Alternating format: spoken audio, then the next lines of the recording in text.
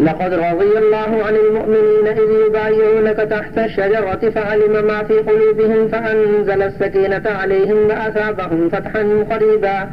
ومغانم كثيرة يأخذونها وكان الله عزيزا حكيما. وعدكم الله مغانم كثيرة تأخذونها فعجل لكم هذه وكف أيدي الناس عنكم ولتكون آية للمؤمنين ويأتيكم صراط مستقيما وأخرى لم تقدروا عليها قد أحاط الله بها وكان الله على كل شيء قديرا. ولو قاتلكم الذين كفروا لولوا الأدبار ثم لا يجدون وليا ولا نصيرا سنة الله التي قد خلت من قبل ولن تجد لسنة الله تبديلا. وهو الذي كف أيديهم عنكم وأيديكم عنهم ببطن مكة من بعد أن أوفركم عليهم وكان الله بما تعملون بصيرا. هم الذين كفروا وصدوكم عن المسجد الحرام والهدي معكوفا أن يبلغ محله ولولا رجال مؤمنون ونساء مؤمنات لم تعلموهم أن تطؤوهم فتصيبكم منهم معرة بغير علم ليدخل الله في رحمته من يشاء لو تزيلوا لعذبنا الذين كفروا منهم عذابا أليما. إذ جعل الذين كفروا في قلوبهم الحمية حمية الجاهلية فأنزل الله سكينته على رسوله وعلى المؤمنين وألزمهم كلمة التقوى وكانوا أحق بها وأهلها وكان الله بكل شيء عليما. لقد صدق الله رسوله الرؤيا بالحق لتدخلن المسجد الحرام إن شاء الله آمنين محلقين رؤوسكم ومقصرين لا تخافون فعلم ما لم تعلموا فجعل من دون ذلك فتحا قريبا. هو الذي أرسل رسوله بالهدى ودين الحق ليظهره على الدين كله وكفى بالله شهيدا. محمد رسول الله والذين معه أشداء على الكفار رحماء بينهم تراهم ركعا سجدا يبتغون فضلا من الله ورضوانا سيماهم في وجوههم من أثر السجود ذلك مثلهم في التوراة ومثلهم في الإنجيل كزرع أخرج شطأه فآزره فاستغلظ فاستوى على سوقه يعجب الزراع ليغيظ بهم الكفار. وعد الله الذين آمنوا وعملوا الصالحات منهم مغفرة وأجرا عظيما. يا أيها الذين آمنوا لا تقدموا بين يدي الله ورسوله واتقوا الله إن الله سميع عليم. يا أيها الذين آمنوا لا ترفعوا أصواتكم فوق صوت النبي ولا تجهروا له بالقول كجهر بعضكم لبعض أن تحبط أعمالكم وأنتم لا تشعرون. إن الذين يغضون أصواتهم عند رسول الله أولئك الذين امتحن الله قلوبهم للتقوى لهم مغفرة وأجر عظيم.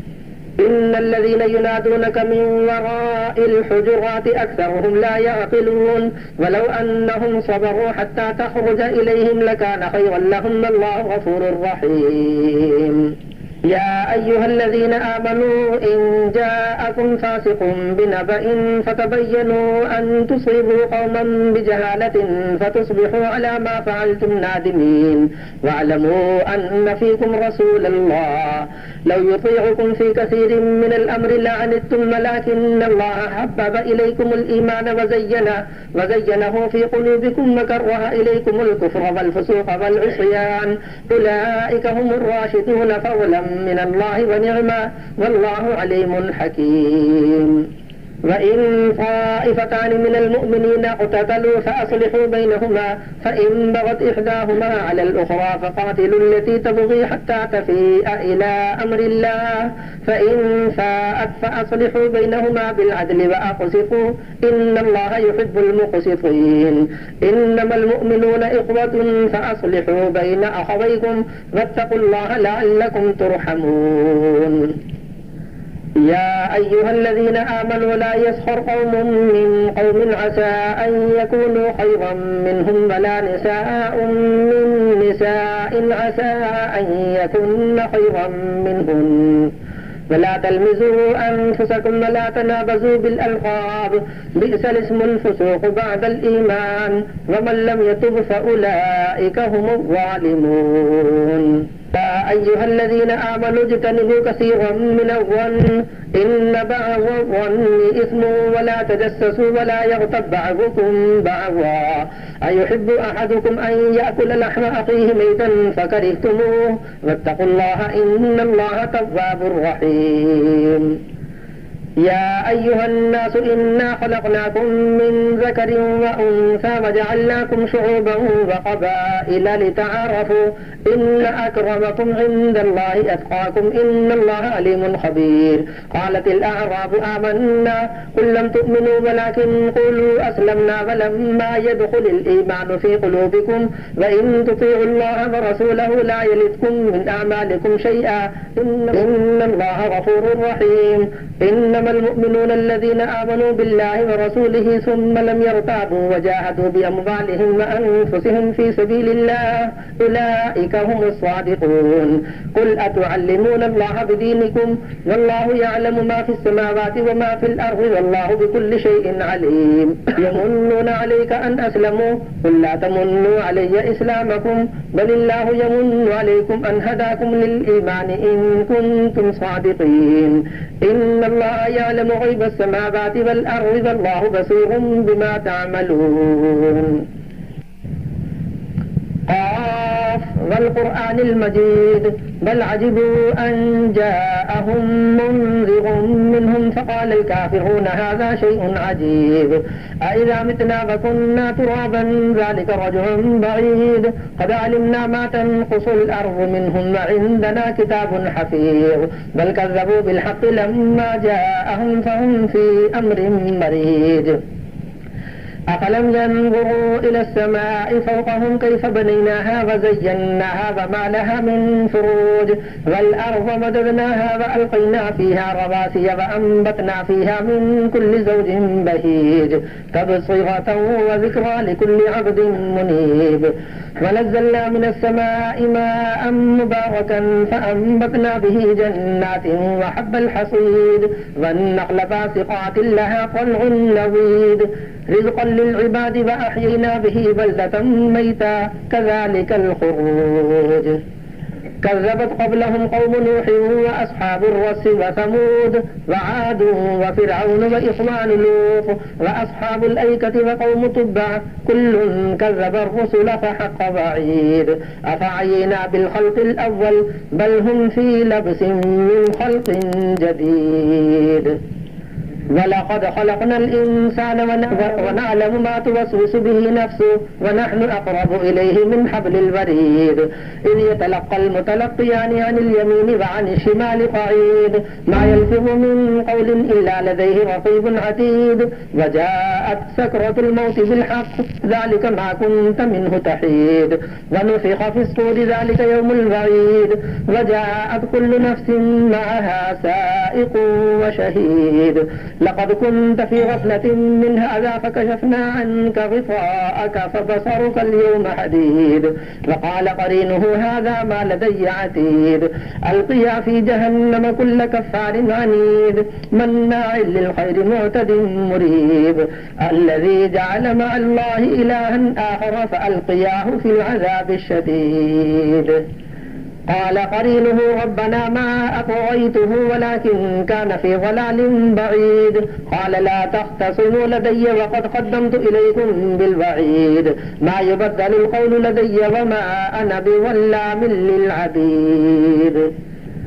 يوم نقول لجهنم هل امتلأت وتقول هل من مزيد وأزلفت الجنة للمتقين غير بعيد هذا ما توعدون لكل أواب حفيظ من خشي الرحمن بالغيب وجاء بقلب منيب ادخلوها بسلام ذلك يوم الخلود لهم ما يشاءون فيها ولدينا مزيد. وكم أهلكنا قبلهم من قرن هم أشد منهم بطشا فنقبوا في البلاد هل من محيص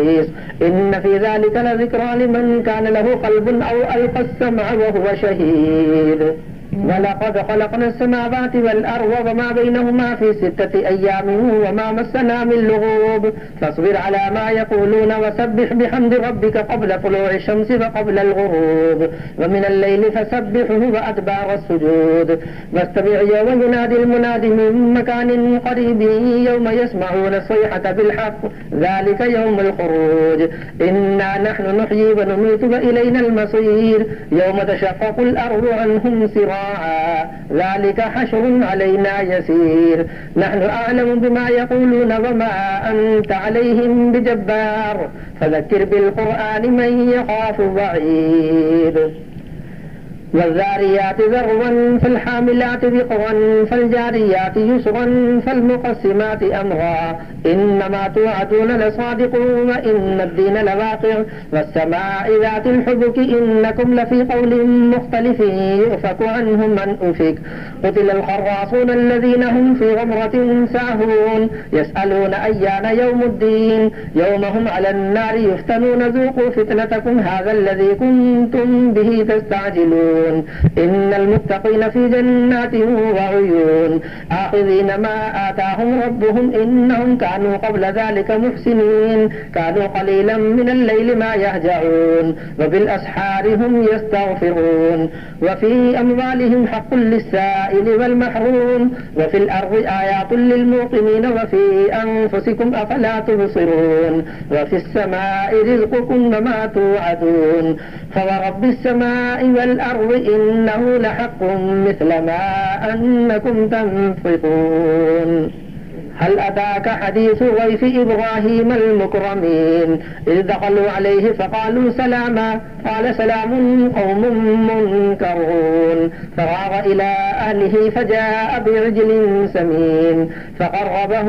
إليهم قال ألا تأكلون فأوجس منهم خيفة قالوا لا تخف وبشروه بغلام عليم فأقبلت امرأته في صرة فصكت وجهها وقالت عجوز عقيم قالوا كذلك قال ربك إنه هو الحكيم العليم قال فما خطبكم أيها المرسلون قالوا إنا أرسلنا إلى قوم مجرمين لنرسل عليهم حجارة من طين مصببة عند ربك للمسرفين فأخرجنا من كان فيها من المؤمنين فما وجدنا فيها غير بيت من المسلمين وتركنا فيها آية للذين يخافون العذاب الأليم وفي موسى إذ أرسلناه إلى فرعون بسلطان مبين فتولى بركنه وقال ساحر أو مجنون فأخذناه وجنوده فنبذناهم في اليم وهو مليم وفي عاد إذ أرسلنا عليهم الريح العقيم ما تذر من شيء أتت عليه إلا جعلته كالرميم وفي ثمود إذ قيل لهم تمتعوا حتى حين فعتوا عن أمر ربهم فأخذتهم الصاعقة وهم ينظرون فما استطاعوا من قيام وما كانوا منتصرين وقوم نوح من قبل إنهم كانوا قوما فاسقين والسماء بنيناها بأيد وإنا لموسعون والأرض فرشناها فنعم الماهدون ومن كل شيء خلقنا زوجين لعلكم تذكرون ففروا إلى الله إني لكم منه نذير مبين ولا تجعلوا مع الله إلها آخر إني لكم منه نذير مبين كذلك ما أتى الذين من قبلهم من رسول إلا قالوا ساحر أو مجنون أتواصوا به بل هم قوم طاغون فتول عنهم فما أنت بملوم وذكر فإن الذكرى تنفع المؤمنين وما خلقت الجن والإنس إلا ليعبدون ما أريد منهم من رزق وما أريد أن يطعمون إن الله هو الرزاق ذو القوة المتين فإن للذين ظلموا ذنوبا مثل ذنوب أصحابهم فلا يستعجلون فويل للذين كفروا من يومهم الذي يوعدون والطور وكتاب مسطور في رق منشور والبيت المعمور والسقف المرفوع والبحر المسجور إن عذاب ربك لواقع ما له من دافع يوم تمور السماء مورا وتسير الجبال سيرا فويل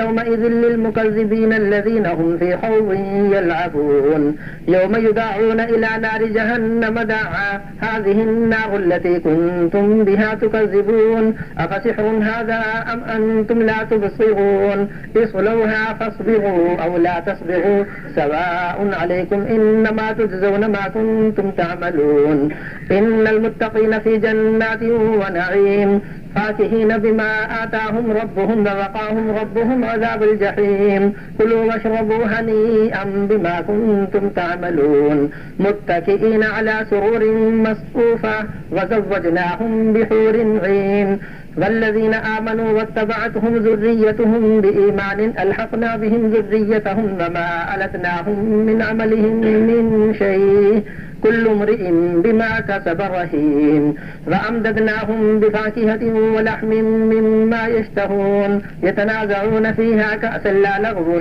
فيها ولا تأثيم ويطوف عليهم غلمان لهم كأنهم لؤلؤ مكنون وأقبل بعضهم على بعض يتساءلون قالوا إنا كنا قبل في أهلنا مشفقين فمن الله علينا ووقانا عذاب السموم إنا كنا من قبل ندعوه إنه هو البر الرحيم فذكر فما أنت بنعمة ربك بكاهن ولا مجنون أم يقولون شاعر نتربص به ريب المنون قل تربصوا فإني معكم من المتربصين أم تأمرهم أحلامهم بهذا أم هم قوم طاغون أم يقولون تقوله بل لا يؤمنون فليأتوا بحديث مثله إن كانوا صادقين أم خلقوا من غير شيء أم هم الخالقون أم خلقوا السماوات والأرض بل لا يوقنون أم عندهم خزائن ربك أم هم المسيطرون أم لهم سلم يستمعون فيه فليأت مستمعهم بسلطان مبين أم له البنات ولكم البنون أم تسألهم أجرا فهم من مغرم مثقلون أم عندهم الغيب فهم يكتبون أم يريدون كيدا فالذين كفروا هم المكيدون أم لهم إله غير الله سبحان الله عما يشركون وإن يروا كسفا من السماء ساقطا يقولوا سحاب مرقوم فذرهم حتى يلاقوا يومهم الذي فيه يصعقون يوم لا يغني عنهم كيدهم شيئا ولا هم ينصرون وإن للذين ظلموا عذابا دون ذلك ولكن أكثرهم لا يعلمون واصبر لحكم ربك فإنك بأعيننا وسبح بحمد ربك حين تقوم ومن الليل فسبحه وإدبار النجوم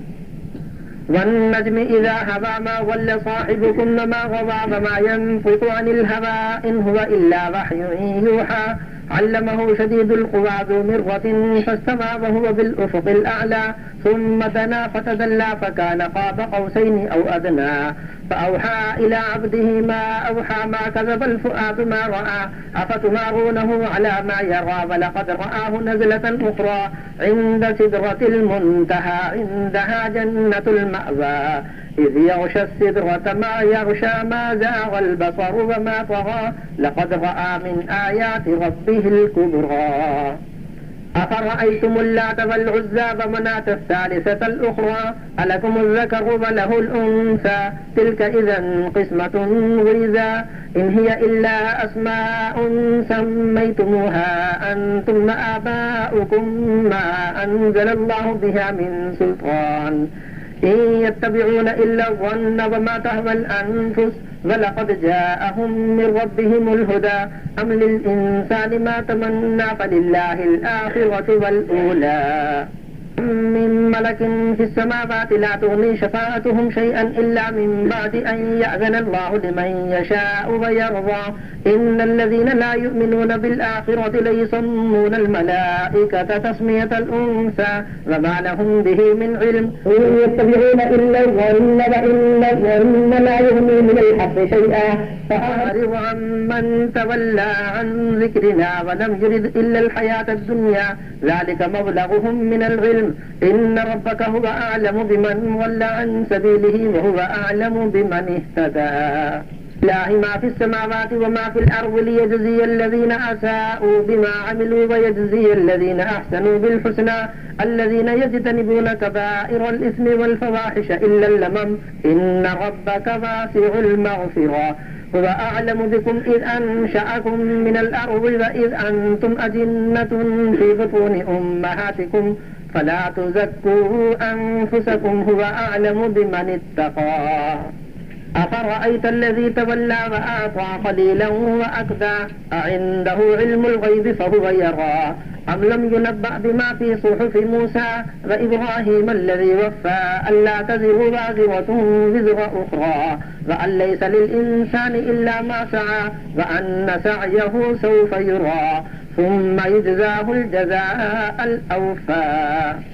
وأن إلى ربك المنتهى وأنه هو أضحك وأبكى وأنه هو أمات وأحيا وأنه خلق الزوجين الذكر والأنثى من نطفة إذا تمنى وأن عليه النشأة الأخرى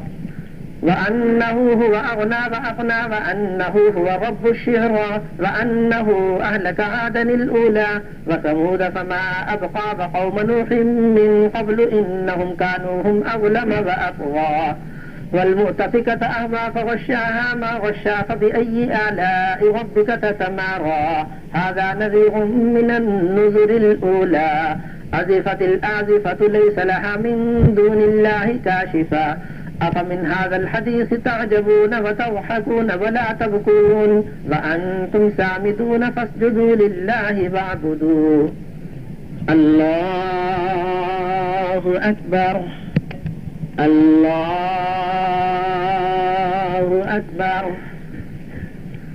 اقتربت الساعة وانشق القمر وإن يروا آية يعرضوا ويقولوا سحر مستمر وكذبوا واتبعوا أهواءهم وكل أمر مستقر ولقد جاءهم من الأنباء ما فيه مزدجر حكمة بالغة فما تغني النذر فتول عنهم يوم يدعو الداعي إلى شيء نكر خش عن أبصارهم يخرجون من الأجداث كأنهم جراد منتشر مهطعين إلى الداع يقول الكافرون هذا يوم عسير كذبت قبلهم قوم نوح فكذبوا عبدنا فقالوا مجنون وازدجر فدعا ربه أني مغلوب فانتصر ففتحنا أبواب السماء بماء منهمر وفجرنا الأرض عيونا فالتقى الماء على أمر قد قدر وحملناه على ذات ألواح ودسر تجري بأعيننا جزاء لمن كان كفر ولقد تركناها آية فهل من مدكر فكيف كان عذابي ونذر ولقد يسرنا القرآن للذكر فهل من مدكر كذبت عاد فكيف كان عذابي ونذر إنا أرسلنا عليهم ريحا صرصرا في يوم نحس مستمر تنزع الناس كأنهم أعجاز نخل منقعر فكيف كان عذابي ونذر ولقد يسرنا القرآن للذكر فهل من مدكر كذبت ثمود بالنذر فقالوا أبشرا منا واحدا نتبعه إنا إذا لفي ضلال وسعور ألقي الذكر عليه من بيننا بل هو كذاب أشير سيعلمون غدا من الكذاب الأشير إنا مرسل الناقة فتنة لهم فارتقبهم واصطبر ونبئهم أن الماء قسمة بينهم كل شرب محتضر فنادوا صاحبهم فتعاطى فعقر فكيف كان عذابي ونذر إنا أرسلنا عليهم صيحة واحدة فكانوا كهشيم المحتضر ولقد يسرنا القرآن للذكر فهل من مدكر كذبت قوم لوط بالنذر إنا أرسلنا عليهم حاصبا إلا آل لوط نجيناهم بسحر نعمة من عندنا كذلك نجزي من شكر ولقد أنذرهم بطشتنا فتماروا بالنذر ولقد راودوه عن ضيفه فطمسنا أعينهم فذوقوا عذابي ونذر ولقد صبحهم بكرة عذاب مستقر فذوقوا عذابي ونذر ولقد يسرنا القرآن للذكر فهل من مدكر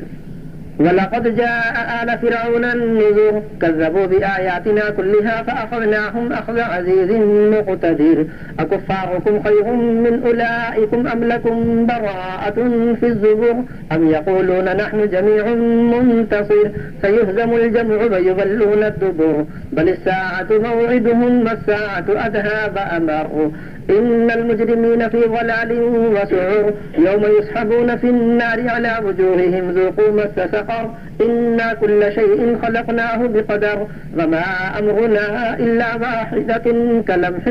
بالبصر ولقد أهلكنا أشياعكم فهل من مدكر وكل شيء فعلوه في الزبر وكل صغير وكبير مستقر إن المتقين في جنات ونهر في مقعد صدق عند مليك مقتدر الرحمن علم القرآن خلق الإنسان علمه البيان الشمس والقمر بحسبان والنجم والشجر يسجدان والسماء رفعها ووضع الميزان ألا تطغوا في الميزان وأقيموا الوزن بالقسط ولا تخسروا الميزان والأرض وضعها للأنام فيها فاكهة والنخل ذات الأكمام والحب ذو العصف والريحان فبأي آلاء ربكما تكذبان خلق الإنسان من صلصال كالفخار وخلق الجان من مارج من نار فبأي آلاء ربكما تكذبان رب المشرقين ورب المغربين فبأي آلاء ربكما تكذبان مرج البحرين يلتقيان بينهما برزخ لا يبغيان فبأي آلاء ربكما تكذبان يخرج منهما اللؤلؤ والمرجان فبأي آلاء ربكما تكذبان وله الجوار المنشآت في البحر كالأعلام فبأي آلاء ربكما تكذبان كل من عليها فان ويبقى وجه ربك ذو الجلال والإكرام فبأي آلاء ربكما تكذبان يسأله من في السماوات والأرض كل يوم هو في شأن فبأي آلاء ربكما تكذبان سنفرغ لكم أيها الثقلان فبأي آلاء ربكما تكذبان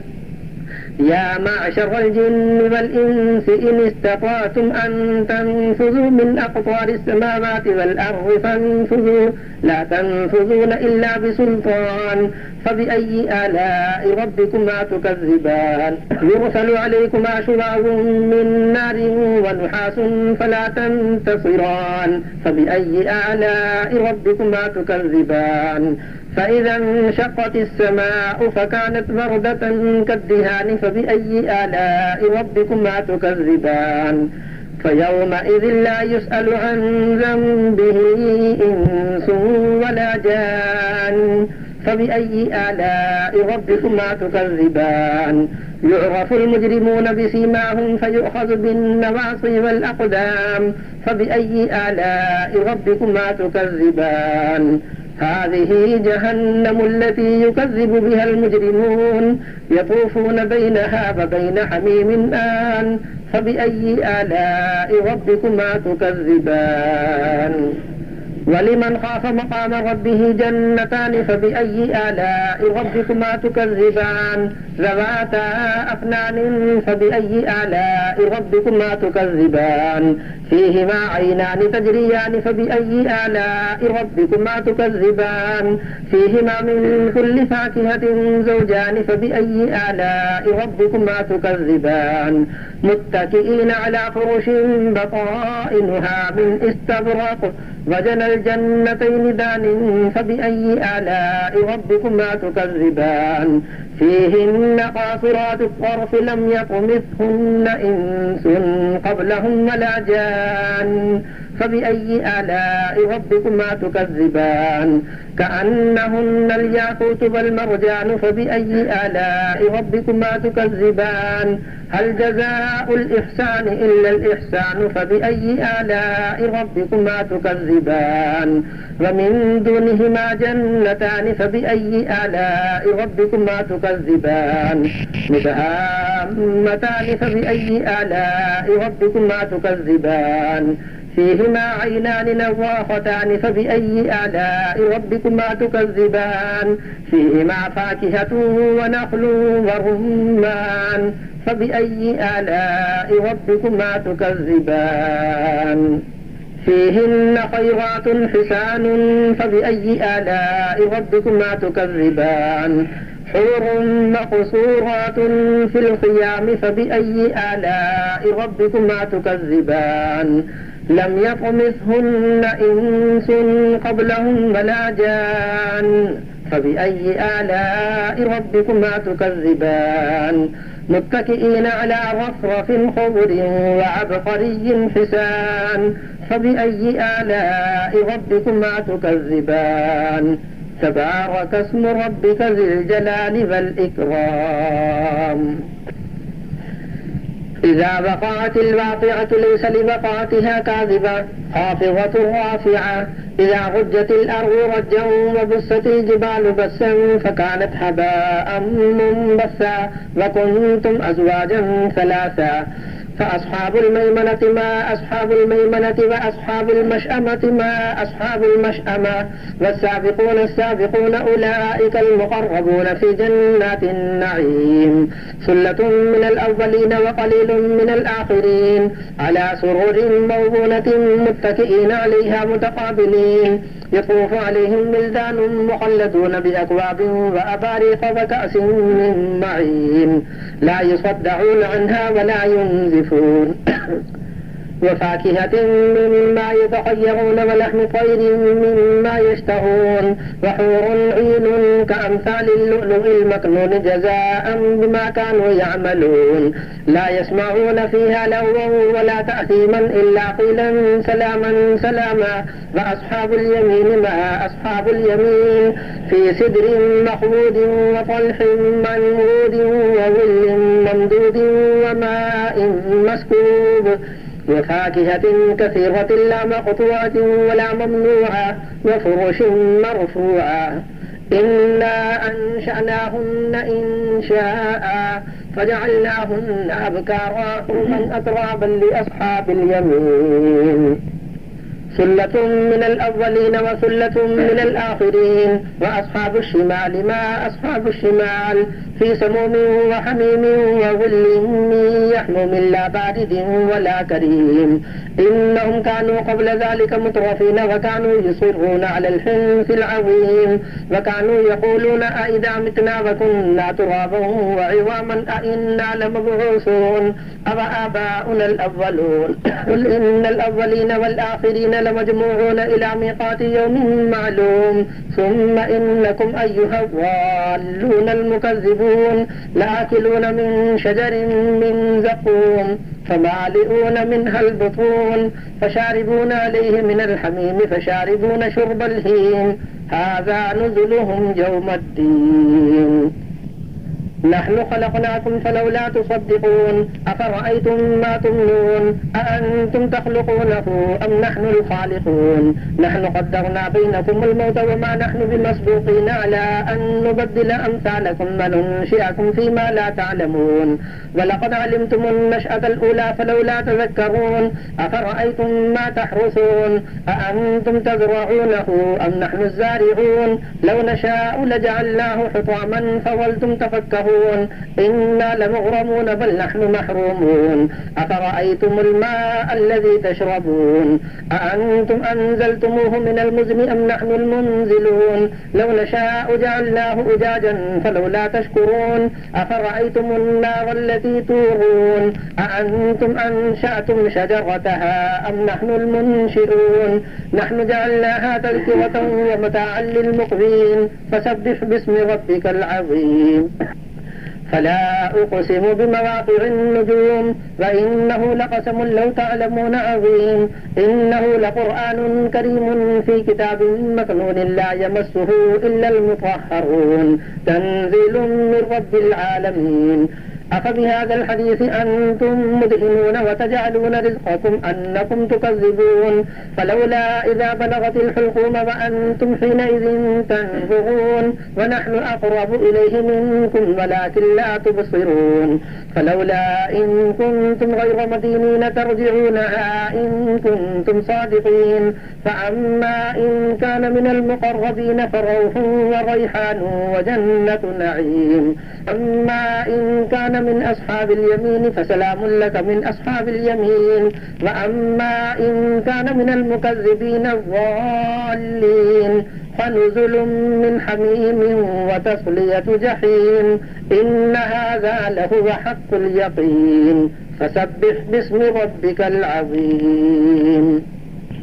سبح لله ما في السماوات والأرض وهو العزيز الحكيم له ملك السماوات والأرض يحيي ويميت وهو على كل شيء قدير هو الأول والآخر والظاهر والباطن وهو بكل شيء عليم هو الذي خلق السماوات والأرض في 6 أيام ثم استوى على العرش يعلم ما يلج في الأرض وما يخرج منها وما ينزل من السماء وما يعرج فيها وهو معكم أينما كنتم والله بما تعملون بصير له ملك السماوات والأرض وإلى الله ترجع الأمور يولج الليل في النهار ويولج النهار في الليل وهو عليم بذات الصدور آمنوا بالله ورسوله وأنفقوا مما جعلكم مستخلفين فيه فالذين آمنوا منكم وأنفقوا لهم أجر كبير ما لكم لا تؤمنون بالله والرسول يدعوكم لتؤمنوا بربكم وقد أخذ ميثاقكم إن كنتم مؤمنين هو الذي ينزل على عبده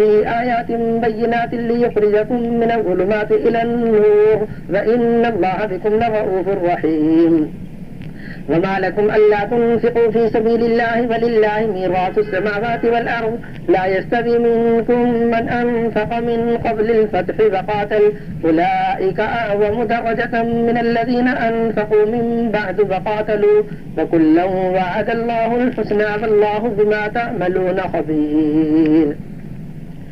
من ذا الذي يقرض الله قرضا حسنا فيضاعفه له وله أجر كريم يوم ترى المؤمنين والمؤمنات يسعى نورهم بين أيديهم وبأيمانهم بشراكم اليوم جنات تجري من تحتها الأنهار خالدين فيها ذلك هو الفوز العظيم يوم يقول المنافقون والمنافقات للذين آمنوا انظرونا نقتبس من نوركم قيل ارجعوا وراءكم فالتمسوا نورا فضرب بينهم بسور له باب باطنه فيه الرحمة وظاهره من قبله العذاب ينادونهم ألم نكن معكم قالوا بلى ولكنكم فتنتم أنفسكم وتربصتم وارتبتم وغرتكم الأماني حتى جاء أمر الله وغركم بالله الغرور فاليوم لا يؤخذ منكم فدية ولا من الذين كفروا مأواكم النار هي مولاكم وبئس المصير ألم يأن للذين آمنوا أن تخشع قلوبهم لذكر الله وما نزل من الحق ولا يكونوا كالذين أوتوا الكتاب من قبل فطال عليهم الأمد فقست قلوبهم وكثير منهم فاسقون اعلموا أن الله يحيي الأرض بعد موتها قد بينا لكم الآيات لعلكم تعقلون إن المصدقين والمصدقات وأقرضوا الله قرضا حسنا يضاعف لهم ولهم أجر كريم والذين آمنوا بالله ورسله أولئك هم الصديقون والشهداء عند ربهم لهم أجرهم ونورهم والذين كفروا وكذبوا بآياتنا أولئك أصحاب الجحيم اعلموا أنما الحياة الدنيا لعب ولهو وزينة وتفاخر بينكم وتكاثر في الأموال والأولاد كمثل غيث أعجب الكفار نباته ثم يهيج فتراه مصفرا ثم يكون حطاما وفي الآخرة عذاب شديد ومغفرة من الله ورضوان وما الحياة الدنيا إلا متاع الغرور سابقوا إلى مغفرة من ربكم وجنة عرضها كعرض السماء والأرض أعدت للذين آمنوا بالله ورسله ذلك فضل الله يؤتيه من يشاء والله ذو الفضل العظيم ما أصاب من مصيبة في الأرض ولا في أنفسكم إلا في كتاب من قبل أن نبرأها إن ذلك على الله يسير لكي لا تعسوا على ما فاتكم ولا تفرحوا بما آتاكم والله لا يحب كل مختال فخور الذين يبخلون ويأمرون الناس بالبخل ومن يتولى فإن الله هو الغني الحميد لقد أرسلنا رسلنا بالبينات وأنزلنا معهم الكتاب والميزان ليقوم الناس بالقسط وأنزلنا الحديد فيه بأس شديد ومنافع للناس وليعلم الله من ينصره ورسله بالغيب إن الله قوي عزيز ولقد أرسلنا نوحا وإبراهيم وجعلنا في ذريتهما النبوة والكتاب فمنهم مهتد وكثير منهم فاسقون ثم قفينا على آثارهم برسلنا وقفينا بعيسى بن مريم وآتيناه الإنجيل وجعلنا في قلوب الذين اتبعوه رأفة ورحمة ورهبانية ابتدعوها ما كتبناها عليهم إلا ابتغاء رضوان الله فما رعوها حق رعايتها فآتينا الذين آمنوا منهم أجرهم وكثير منهم فاسقون يا أيها الذين آمنوا اتقوا الله وآمنوا برسوله يؤتكم كفلين من رحمته ويجعل لكم نورا تمشون به ويغفر لكم والله غفور رحيم لئلا يعلم أهل الكتاب ألا يقدرون على شيء من فضل الله وأن الفضل بيد الله يؤتيه من يشاء والله ذو الفضل العظيم.